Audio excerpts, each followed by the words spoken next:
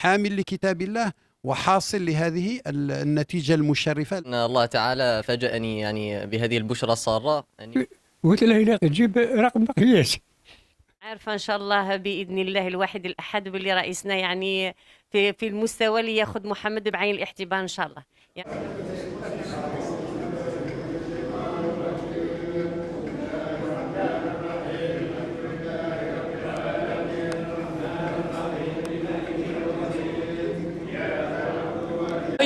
سلموا عليه تو بنيت لكم ان شاء الله. هاي اروح منها اروح تشوف محمد منها صحيح حياتها كاس اروح منها اروح محمد منها اروح او اطلع جماعه تبغى تجمع من هي اروح جماعه منها اروح جماعه معاودكم منها اروح صديق اروح ايوه حال هذا اروح على هذا هاوكي انا اقول الصح اروح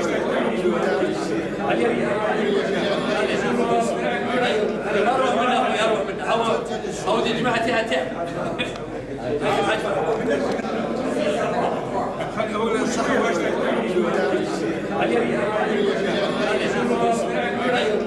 منها او دي جماعتي اتى اي الله يحفظها ان شاء الله. المدة من الجماعة ونشيخ منه الله يزيدها نشيخ منه الله ينوره ربي يستره الله يعلي مقامه الله يشفي لها الوالد تاعو الله يحفظ والديه في زوج وربي ان شاء الله يبارك في خالته ان شاء الله والله يبارك لها في قرانها ان شاء الله الله يجعل ربي يحفظ لها القران تاعها ان شاء الله وربي يحصنها ان شاء الله بالقران باذن الله وربي يعطيها الخير ان شاء الله والله يعلي مقامها ان شاء الله باذن الله كاع الجميع ان شاء الله الله يحفظها. جدة الحال وهم جدا اللي كنا نهضروا عليه الله يشفي. كرام مشاهدي قناة الجزائر تيب، اليوم رانا بغليزان حي العافية يعني بهذا المسجد مسجد الصفا أين يقطن مسقط رأس محمد الأمين الذي تحصل على المعدل الأول وطنيا. أنا مع الحاج الجارو الذي ينشط في جمعية علماء المسلمين، يقدر يقول لنا هذا الابن محمد النابغة اللي نتمنوا له مستقبل زاهر إن شاء الله، يعني كيفاش كان يعني مقبل يعني خارج الدراسة في المجال الديني. معكم الأستاذ بن عودة حيرش عضو المكتب الوطني لجمعية العلماء المسلمين الجزائريين والرئيس الشرفي لشعبة غليزان. بهذه المناسبة السعيدة المتمثلة في حصول ابننا محمد الأمين بن قداش على المعدل الذي يستحقه وهو معدل باهر أحسن ترتيب على المستوى الوطني في شهادة البكالوريا للموسم الدراسي 2022-2023 والتي حازها باستحقاق. جئنا كغيرنا من أبناء هذه الولاية لنبارك للعائلة وللابن بصفة مباشرة، فالتقينا الحمد لله أن الفرحة عمت تقريبا كل أبناء هذه الولاية، لأن كأن الولاية زفت للجزائر هذه النتيجة المبشرة. عند الامتحان يكرم المرء أو يهان، هنا أكرم فعلا، ومما زاد في هذا الإكرام هو الحصول على هذا النتيجة في حدود علمي. هذا النجاح قبل أن أتحدث عن ابننا وعن العائلة، هذا النجاح هو ثمرة من جهود مضنية للابن ومن تنظيم، هو ثمرة للأسرة. بالمناسبة الوالد والوالدة أيضا هما من أسرة التربية والتعليم بالثانوية، يعني حضر وحضر جيدا وأعان هذا الابن. هو ثمرة من ثمار هذه الثانوية التي من نافلة القول أن أقول التي كان على رأسها ذات يوم عم الناجح السي الحاج عبد المجيد بن قداش اللي هو الآن عضو في مجلس الأمة، وبالتالي هذا النجاح متعدد الجوانب. أما عن ابننا ربما فيه خصلة من الخصال، فيه خاصية من هذه الخصائص، وهو أنه ومما ينبغي أن يشار إليه أن محمد الأمين هو واحد من الذين يحملون كتاب الله عن ظهر قلب الحمد لله، فاجتهاده في حفظ كتاب الله توفيق الله له كان أيضا من ثماره. ما نقولوش حتى لا يفهم الناس أنه لغة دروشة باللي قرآن هو الذي لا، حفظه للقرآن مثابرته مع القرآن جانب، لكن اجتهاده كما علمنا من الأسرة وترتيبه وتنظيمه الأمور يعني شيء آخر. فكان نجاحا مزدوجا حامل لكتاب الله وحاصل لهذه النتيجة المشرفة التي نرجو أن يكون لها ما بعدها. محمد الأمين يعني نحن نعرف الأسرة جيدا، أسرة بن قداش معروفة في هذه الولاية، أبا عن جد، أعماما، وأيضا أخوالا، كلهم من قطاع التربية تقريبا، كلهم لهم سمعة طيبة ولا نزكي على الله أحدا. ولكن بهذه النتيجة شرف الولاية وشرف الجزائر وشرف قطاع التربية. ابن نشأ أمامنا سواء في جمعية العلماء المسلمين أو في الحي هذا يشهد له كل سكان الحي، نشأ نشأة طيبة، وبالتالي هو من الغرس الطيب اللي ينشأ في كتاب مع كتاب الله وفي بيت الله. لذلك هذه النتيجة احنا بقدر ما فرحنا لم نفاجأ بها، هو فوجئ وإحنا فوجئنا، لأن 19.50 أنا قلت له ليس ممازحا لكن مخففا عنه، لقد أتعبت من بعدك. يعني الذي سيحطم الرقم القياسي في السنوات القادمة لابد أن يبذل جهد كبير. فإن شاء الله هو في الحق هذه ثمرة طيبة مرجوة، ونتمنى له هو وللجزائر إن شاء الله ولكل أبنائنا مستقبل. فقط إن كان ولا بد من قول طلب، ولكن أقول التماس من الجهات الرسمية أن تعتني بهذه النتائج، بهذه الثمار، بهذا النشء المبشر، حتى يكونوا إن شاء الله خير خلف لخير سلف ويخدموا هذا الوطن بما ينبغي. ومن زرع حصد، ومن كان له هدف في هذه الحياة بإمكانه أن يحققه إن نظم حياته جيدا. رسالة إلى المصلحين، إلى الأساتذة، إلى المربين، لا ينبغي أن تنظروا إلى نصف الكأس الفارغ، لكن فيه جيل صاعد إن شاء الله مبشر ويبعث على الأمل. وأنا بصفتي ربما عضو في هذه الجمعية، جمعية العلماء المسلمين، السنة الماضية حضرت أكثر من حفل تكريمي، فوجدت أن الذين حصدوا المراتب الأولى من الذكور ومن الإناث أغلبهم، حتى لا أقول كلهم، أغلبهم من حفظة كتاب الله. فهذا إن دل على شيء بأن الجهد الذي بذله المجاهدون والشهداء والمصلحون من قبل والزوايا والخيرون لم يذهب سدى. ستبقى الجزائر إن شاء الله بقيمها. ختاما أنا نقول ما دامت الجزائر تتكئ على هذين السندين لا خوف عليها. السند الأول الاهتمام بالقرآن الكريم في هذا الصائفة مع شدة الحر، ما يقرب من 50 درجة في هذه الأيام، وهذا اليوم الذي ظهرت فيه هذه النتائج راه فيه مخيمات مكثفة على عرض وطول الجزائر من الشرق إلى الغرب لتحفيظ كتاب الله ذكورا وإناثا بالآلاف. الاهتمام بالقرآن بوصلة، مؤشر إيجابي. والمؤشر الثاني ما دامت الجزائر مع فلسطين ظالمة أو مظلومة فهو مؤشر على أن الجزائر لا خوف عليه بالقرآن وببيت المقدس إن شاء الله مع هذا الجيل الواعد. صدق شيخنا الشيخ بن باديس رحمة الله عليه حينما قال: يا نشأ أنت رجاؤنا وبك الصباح قد اقترب، خذ للحياة سلاحها وخذ الخطوبة ولا تهب. كذلك بن باديس قرأنا عنه أنه كان يرفع هذا الشعار ويقول: فعلم ما استطعت لعل جيلا سيأتي يحدث العجب العجبة. هو بيت لأمير الشعراء أحمد شوقي. لكن لما أكرم الله الجزائر بالاستقلال في 62، وإحنا بالمناسبة مرت علينا الذكرى 61، 5 جويلية 62، 5 جويلية 62 بعدها بأيام ذهب أحد تلامذة الشيخ بن باديس وهو فضيلة الشيخ أحمد حماني رحمة الله عليه رئيس المجلس الإسلامي الأعلى الأسبق، ذهب إلى قبر الشيخ بن باديس في قسنطينة، وقف على قبره، ترحم عليه، ثم قال هذه الكلمة وهي رسالة هادفة. قال: يا شيخنا رحمك الله وطيب ثراك، لطالما رددت على مسامعنا، هذا الشيخ أحمد حماني، لطالما رددت على مسامعنا هذا البيت: فعلم ما استطعت لعل جيلا سيأتي يحدث العجب العجب. قال: يا شيخ جئت لأبشرك بأن العجب حل في الجزائر وهو الاستقلال، وإنا لننتظر العجاب.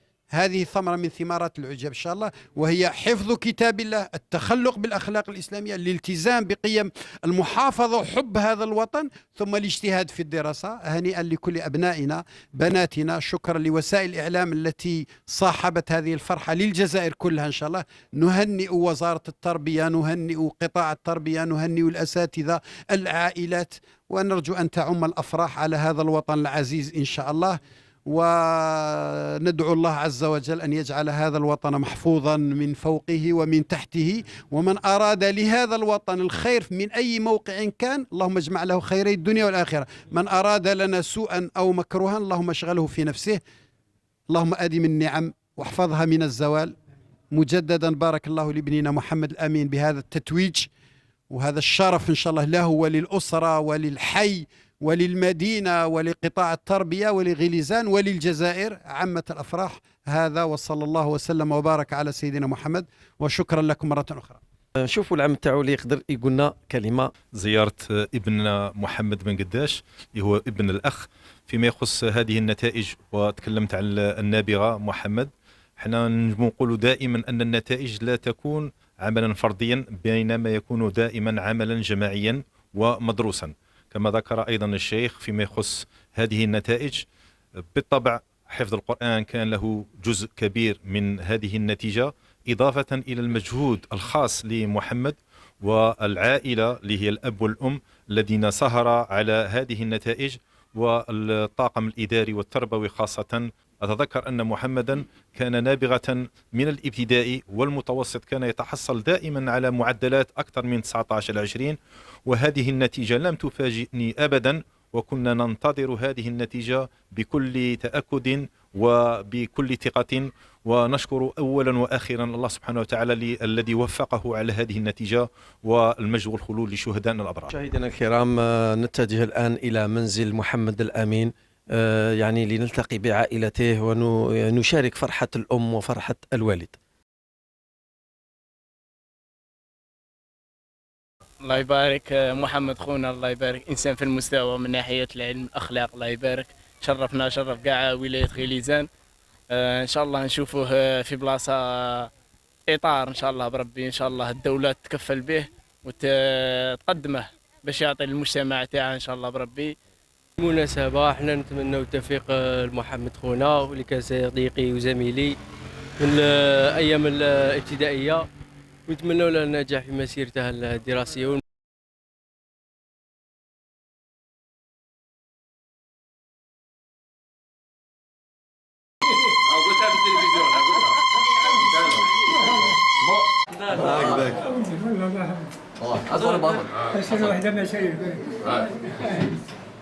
هو اللي كان صاحب 90 سنة. الله يحفظكم، الله يجزيك، الله يبارك فيك ان شاء الله. امين يا رب. ان شاء الله ان شاء الله. ان شاء الله ربي يبارك فيك ان شاء الله، الله يحفظك ويخليك ان شاء الله تجرى لساننا ان شاء الله يا ربي. يقين في الدعاء. ربي يحفظك ان شاء الله.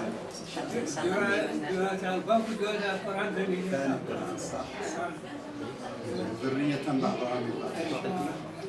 العقبة الوحدة الرمزية.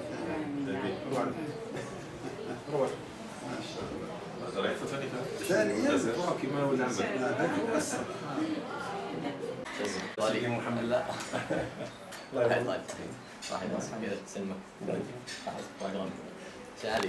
السلام عليكم ورحمة الله تعالى وبركاته. مشاهدينا الكرام، مشاهدي قناة الجزائر تيب، الجزائر تي في، أول قناة إلكترونية في الجزائر. اليوم رانا مع محمد الأمين الذي تحصل على معدل 19.50 الأول على المستوى الوطني. محمد، واش تقولنا يعني أنت تحصلت على المرتبة الأولى على المستوى الوطني، وهل كنت تنتظر في هذا المعدل؟ يعني بالنسبة للنتيجة، يعني بصراحة كنت أتوقع معدل عالي، يعني بذلت مجهودات خلال السنة، ولكن الله تعالى فاجأني يعني بهذه البشرى السارة أني كنت الأول وطنيا، يعني شيء لم أكن أتوقعه. يعني لم أكن أنتظر أن أكون يعني في المرتبة الأولى وطنيا، كنت أنتظر معدل عالي ولكن ليس الأول. الحمد لله الذي بنعمته تتم الصالحات. نعم. من هذا المنبر أنك تحصلت على هذا المعدل، يعني كاين طلبة يحاولوا يكونوا مثل محمد، طلبة وطالبات، يعني ممكن تعطي لهم كما نقولوا السر. هو بصراحة السر في أي نجاح وليس فقط في البكالوريا هو أولا التوكل على الله تعالى، والتوكل معناه أن تأخذ بالأسباب، تأخذ بالأسباب كأنها كل شيء، ولكن القلب تاعك يكون معتمد على الله تعالى، وكأن الأسباب ليست بشيء. مثل الإنسان يسعى، يجتهد، يحفظ دروس تاعه، يفهم، وأيضا يكثر من الدعاء ويكثر من الأعمال الصالحة يوفق الله تعالى. يعني مستقبلا وشركة متمني إن شاء الله. يعني أنا متمني أني يعني نشوف الجزائر دولة يعني متطورة، وكذلك الأمة الإسلامية ككل يعني، ولهذا لابد أن احنا طلبة والشباب لابد أن نحصل على تكوين جيد، يعني علم. يعني أحمد الله تعالى وأجدد شكري له سبحانه، يعني فبفضله حققت هذا. ثم أشكر والدي الكريمين على الدعم المادي والمعنوي، يعني لولا جهودهما ما حصلت على شيء مما حصلت عليه. وكذلك الشكر موصول لجدي على الأدعية، ويعني كان حريص جدا على ببركة دعائه نلت هذا الفضل.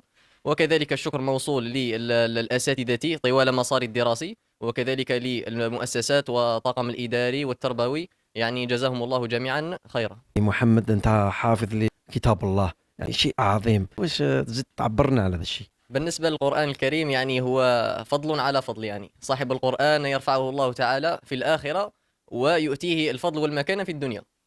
وطالب البكالوريا يعني أنصح المقبلين على البكالوريا السنة القادمة وأي طالب متوسط ولا ابتدائي دائما يغتنم العطل هذه الصيفية، يدخل في برامج الحفظ، كاين برامج الحفظ المكثف مثل برنامج النهضة بالقرآن الكريم، يدخل في يحاول يحفظ، لأن هذا سيكسبه ملكات تساعده في الامتحان البكالوريا، حتى في الأدب العربي، في الفلسفة، في الشريعة، تعطيه رصيد ثقافي، رصيد معرفي، رصيد لغوي.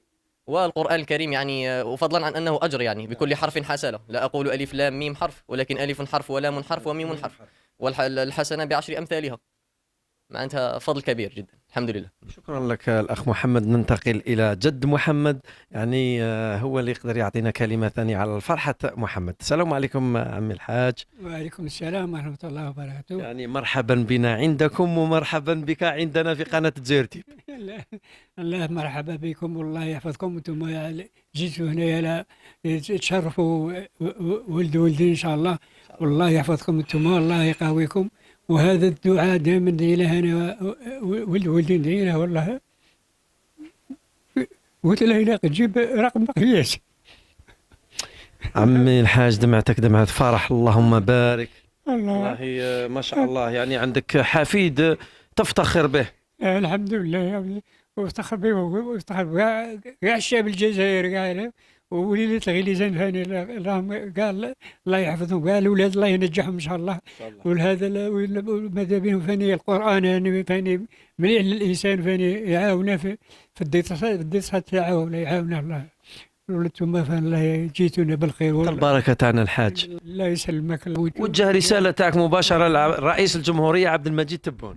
الرئيس راه على باله، وهذا الشباب اللي تقرا كما قال يساعدوهم في الطلب تاعهم، يساعدوهم ان شاء الله. الله يساعدهم ان شاء الله، اكيد يساعدوهم امين ان شاء الله. شكرا عمي الحاج. رانا مع الاب محمد كذلك اللي راح يشاركنا الفرحه، فرحه الابن تاعو محمد الامين. الحمد لله، الحمد لله الذي وفق ابننا الى هذه المرتبه، وذلك بفضل دعوه الحاج التي نقولها ونعيدها. الله يعطيه نقطه قياسيه في الجزائر، وكانت كما كان الصدق في الدعاء، وكانت الدعاء يعني بدمعة من القلب، فالله تعالى يستجيب لصاحب الشيبة، وإن شاء الله يزيد السيد رئيس الجمهورية يستجيب فانيك لدعوة الوالد، باش إن شاء الله يتهلاو في الولد ويحطوه في المكانة التي يطور بها الأمة والوطن، وطن الحبيب اللي هو الجزائر، بلد الشهداء، بلد المليون النصف مليون شهيد. والأم يعني ديما حنينة، الأم ديما قلبها على وليدها، الأم اللي تعبت هي اللي تعطينا كلمة على الابن تاعها محمد الأمين. محمد الأمين في الحق ما تعبنيش في المسار الدراسي تاعو، ما تعبنيش الحمد لله. هو يتعب روحه، يجاد روحه، منظم، ما غبنيش في المسار الدراسي تاعو الحمد لله يا ربي، وهذا توفيق من الله. نسأل الله عز وجل إن شاء الله يوفقه إن شاء الله باش يتحط إن شاء الله في المكان اللي يستاهله إن شاء الله. صراحة أنا محمد ما كانش عندي ولا ذرة شك باللي يكون من الأوائل، خاطر نعرفه درك أنني أستاذة وأم، نعرفه باللي عنده تميز، ماهوش طالب عادي يعني. وكنت ندعي له، كنت ندعي نقول يا ربي لا كان فيها خير يتحصل محمد على معدل إن شاء الله يكون أعلى على مستوى الوطن، وفيها خير ليه يا ربي حتى تسهلها له، وإلا يا ربي فيها حاجة الله تبعدها عليه إن شاء الله. لكن الأيام توالى كان قلبي محسسني سبحان الله، نقول باللي إن شاء الله غادي يكون عنده لقاء مع رئيس الجمهورية. شرف عظيم لينا إن شاء الله نلاقوا رئيس الجمهورية، وهذا بدات اللقاء هذا تمنيتها في واحد من ولادي، خاطر الحمد لله خاوتو تاني اللي قدامه كانوا نجباء، لكن ما حقوليش الرغبه هذه. كنت باغيه نتلاقى مع رئيس الجمهوريه ومع ولدي، والحمد لله يا ربي، الحمد لله يا ربي. وما عنديش ولا ذره شك يعني في حكومتنا وفي رئيسنا، عارفة إن شاء الله بإذن الله الواحد الأحد باللي رئيسنا يعني في المستوى اللي ياخذ محمد بعين الاعتبار إن شاء الله. يا ربي إن شاء الله أنني باغية القدرات محمد ولا أي طالب كيما محمد، نتمنى إن شاء الله يكون محطوط في بلاصته إن شاء الله باش يعيد على الجزائر، يعيد عليها بالخير والنفع إن شاء الله يا ربي. أنا مع خالة محمد الأمين، يعني شاركتنا الفرحة ثاني، باغي تقول كلمة؟ دهشت أنايا صراحة، وكنا متوقعين في الحق النتيجة، لكن أول وطنيا الله أعلم، لكن هو من الأوائل. يعني هو تلميذ متميز في تفكيره، يعني تحسه باللي هو نوم، هو صغير في اللاج تاعو، يعني هو يعني كبير، يعني كبير في العقل وصغير في اللاج. تري بيان وي فوالا سي سكو جو فو دير. يعني وانا كأستاذة، يعني أستاذة رياضيات، كنت يعني راني في بيت الأساتذة. اللهم بارك يا رب العالمين. على ما أظن أنه هذا الشيء إيريديتار، وراثي. ممكن جدا، نعم، يعني ممكن جدا يكون وراثي. يعني احنا فرحانين من أسرة التعليم، خرج منها يعني واحد متميز. احنا قرانا فرحانين كعائلة وكأساتذة صراحة. ونحن أنا كنت ندعي له، يعني أشهد الله بلي كنت ندعي له في الطواف وفي السعي وفي الرجم، كنت دائما نقول له يا ربي أعطيه حتى ترضيه. كنت ندعي له الخاطر متميز ويستاهل، يستاهل. أنا التلاميذ تاعي العاديين ماشي ولد أختي العاديين كنت دائما ندعي لهم في السجود، نقول يا ربي أعطيهم حق التعب تاعهم، وربي لا يضيع أجر عامل منكم. الشجرة الطيبة تأتي أكلها كل حين بإذن ربها. اسم على مسمى. إن شاء الله نأتمنوا على هذه النتائج، نأتمنوه هو محمد الأمين، وإحنا رانا مأتمنين على هذه النتيجة إن شاء الله. كيما هو دائما عنده هدف يخدم البلد، إن شاء الله يكون من بين الناس اللي يقدموا هذه الثمرة إن شاء الله. إن شاء الله هاد الناس يأخذوا نصيبهم أو حظهم من هذا التفوق. يعني هذا التفوق ما يكونش غير هكا حبر على ورق، إن شاء الله يدوا المناصب تاعهم اللي تليق بهم، كيما قدموه جدودنا، كيما قدموا الدماء، إن شاء الله حتى هما يقدموا الجهد اللي عليهم. أشكركم على هذه الزيارة الطيبة وهذه الالتفاتة الحسنة، وأجدد حمدي وشكري لله تعالى على هذا الفضل، وأجدد كذلك شكري لوالدي وللأساتذة ولكل يعني من دعمني، يعني ولو بنصيحة ولو يعني إرشاد، وبارك الله في الجميع. ونتمنى أن نكون يعني لنا أنا والشباب جميعا لنا يعني أثر وبصمة محمودة في الأمة إن شاء الله تعالى. كنا هنا من بيت عائلة بن قداش محمد الأمين المتحصل على المرتبة الأولى وطنيا. كان معكم قرطي جمال الدين لقناة جير تي في جير تيب. السلام عليكم ورحمة الله تعالى وبركاته. عليكم حبيبي. بارك الله فيك. بارك الله. خير. وانا بنسلم على المصحف. ما شاء الله. هنيئا لنا وحده، لكم، للأسرة، للقطاع، هنيئا للغليزان، هنيئا لأسرة التربية والتعليم، هنيئا للثانوي، وهنيئا للمصحف. باللي هذا المصحف كي نقراوه ونحفظوه إن شاء الله راح يكون من بين آثار، وإن شاء الله ننجحوا في الحياة كلها، وإن شاء الله هذه خطوة نحو نجاحات أخرى. ما شاء الله ما شاء الله ما شاء الله. ربي يبارك. ما شاء الله ما شاء الله. ربي يبارك.